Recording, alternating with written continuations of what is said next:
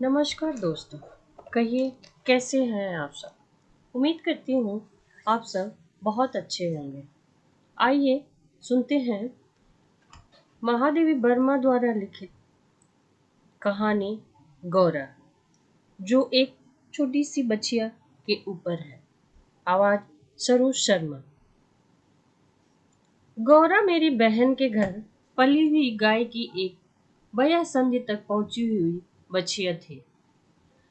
उसे इतने दुलार से पाला गया था कि वह अन्य गोवत्साओं से कुछ विशिष्ट हो गई थी।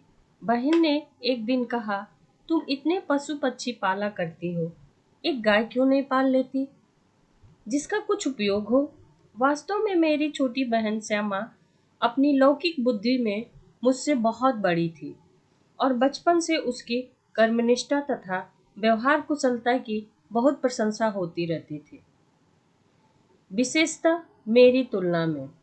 यदि वे आत्मविश्वास के साथ कुछ कहती है तो उसका विचार संक्रामक रोग के समान सुनने वाले को तत्काल प्रभावित करता है।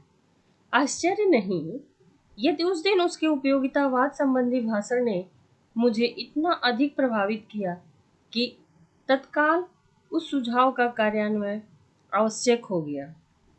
वैसे खाद्य की किसी भी समस्या के समाधान के लिए पशु पालना मुझे कभी नहीं रुचा था। बकरी, कुक्कुट, मछली आदि पालने के मूल उद्देश्यों का ध्यान आते ही मेरा मन विद्रोह करने लगता था। पर उस दिन मैंने ध्यानपूर्वक गौरा को देखा। पुष्ट लचीले पैर, भरे पुट्ठे, चिकनी भरी हुई पीठ, लंबी सुडौल गर्दन, निकलते हुए छोटे छोटे सींग, भीतर की लालिमा की झलक देते हुए कमल की दो अधखुली पंखुड़ियों जैसे कान, लंबी और अंतिम छोर पर काले सघन चामर का संस्मरण दिलाने वाली पूंछ, सब कुछ सांचे में ढला हुआ सा था। गाय को मानो इटालियन मार्बल से तराश कर उस पर ओप दी गई हो। स्वस्थ पशु के रोमों की सफेदी में एक विशेष चमक होती है। गौरा की उज्ज्वलता देखकर ऐसा लगा मानो उसके रोमों पर अभ्रक का चूर्ण मल दिया गया हो। अभ्रक मतलब सोने का एक चूर्ण लगा दिया गया हो, जिसके कारण जिधर आलोक पड़ता था उधर विशेष चमक उत्पन्न हो जाती थी। गौरा को देखते ही मेरी पालने के संबंध में दुविधा निश्चय ही बदल गई। गाय जब मेरे बंगले पे पहुंची तब मेरे परिचितों और परिचारकों में श्रद्धा का ज्वार सा उमड़ आया। उसे लाल सफेद गुलाबों की माला पहनाई गई, केसर रोली का बड़ा सा टीका लगाया गया, घी का चौमुखा दिया जलाकर आरती उतारी गई और उसे दही पेड़ा खिलाया गया था। उसका नामकरण हुआ गौरांगिनी या गौरा। पता नहीं इस पूजा अर्चना का उस पर क्या प्रभाव पड़ा, परंतु वह बहुत ही प्रसन्न जान पड़ती थी। उसकी बड़ी चमकीली और काली आंखों में जब आरती के दिए की लौ प्रतिफलित होकर झिलमिलाने लगी तब कई दियों का भ्रम होने लगा।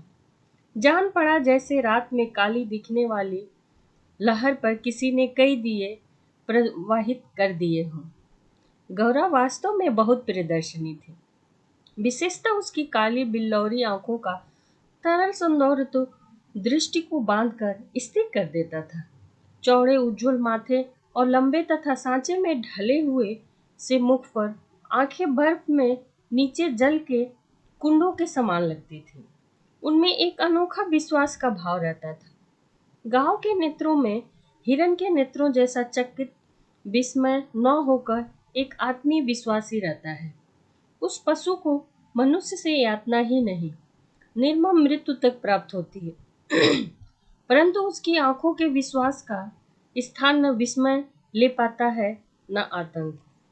महात्मा गांधी ने गाय करुणा की कविता है क्यों कहा, यह उसकी आंखें देखकर समझ में आ रहा था।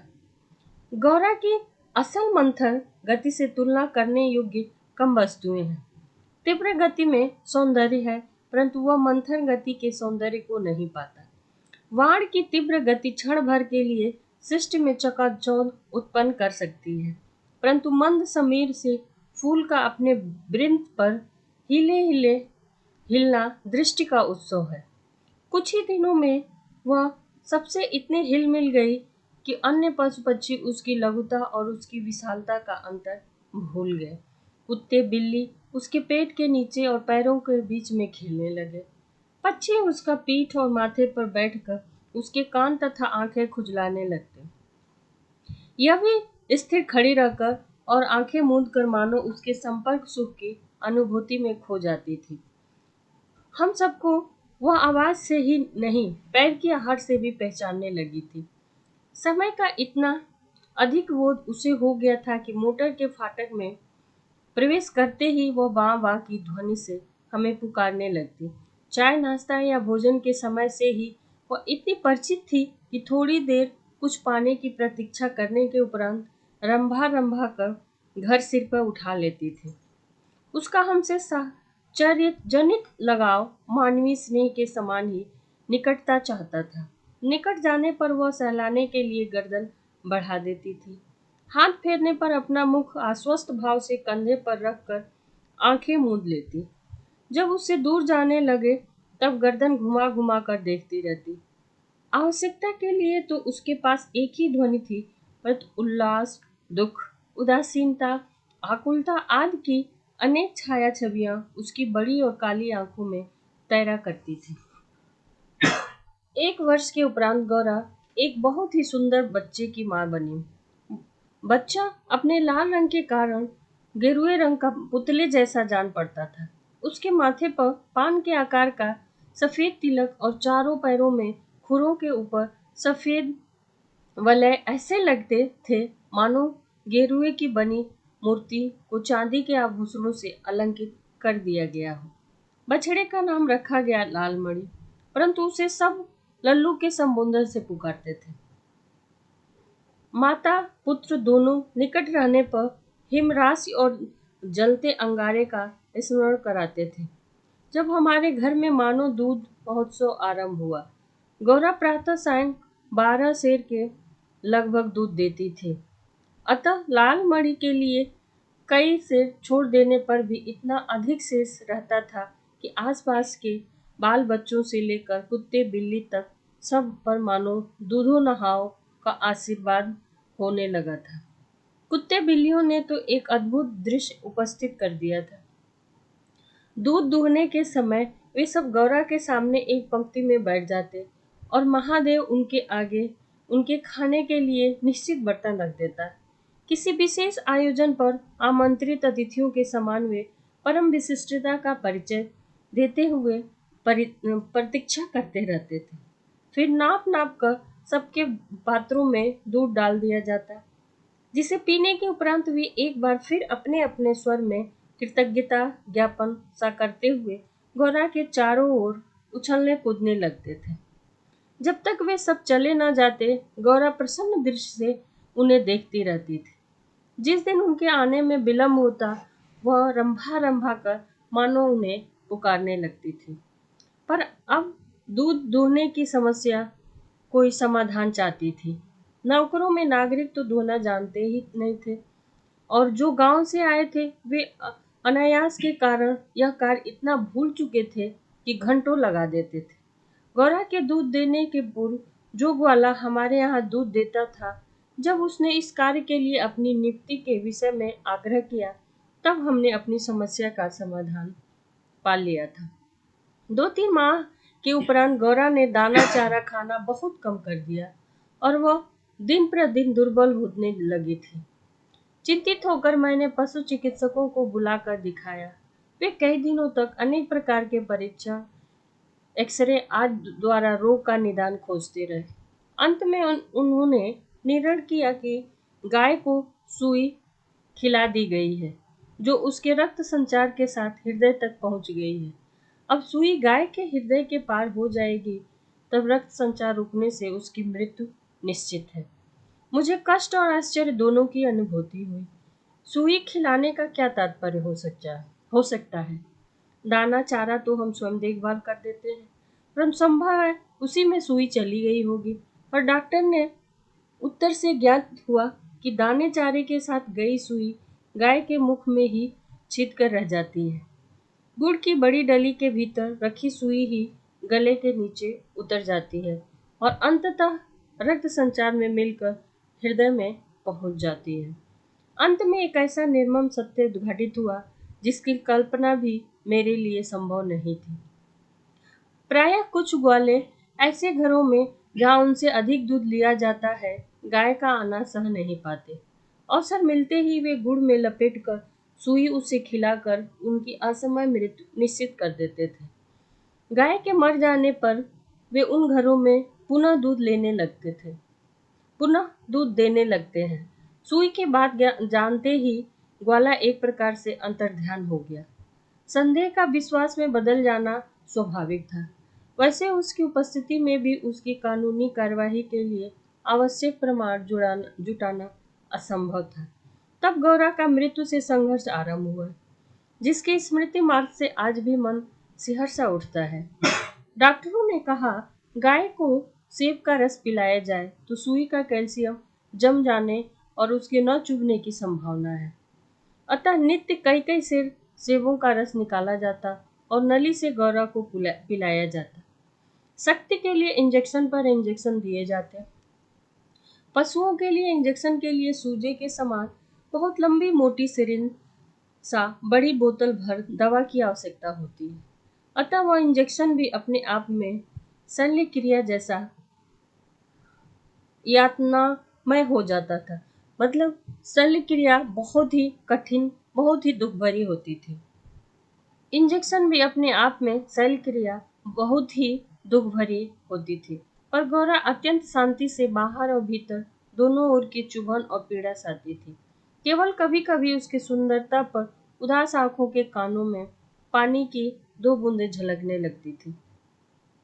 अब वह उठ नहीं पाती, परंतु मेरे पास पहुंचते ही उसकी आंखों में प्रसन्नता की छाया सी तैरने लगती थी। पास जाकर बैठने पर वह मेरे कंधे पर अपना मुख रख देती थी और अपनी खुरदुरी जीभ से मेरी गर्दन चाटने लगती थी। लाल मणि बेचारे को तो माँ की व्याधि और आसन्न मृत्यु का बोध नहीं था। उसे दूसरी गाय का दूध पिलाया जाता था, जो उसे रुचता नहीं था। वह तो अपनी माँ का दूध पीना और उससे खेलना चाहता था। अतः अवसर मिलते ही वह गौरा के पास पहुंचकर या अपना सिर मार मार कर उसे उठाना चाहता था, या खेलने के लिए उसके चारों ओर उछल कूद करके परिक्रमा करता रहता था। मैंने बहुत से जीव जंतु पाल रखे हैं, अतः उनमें से कुछ समय असमय विदा देनी ही पड़ती है, परंतु ऐसी मार्मिक व्यथा का मुझे संस्मरण नहीं था।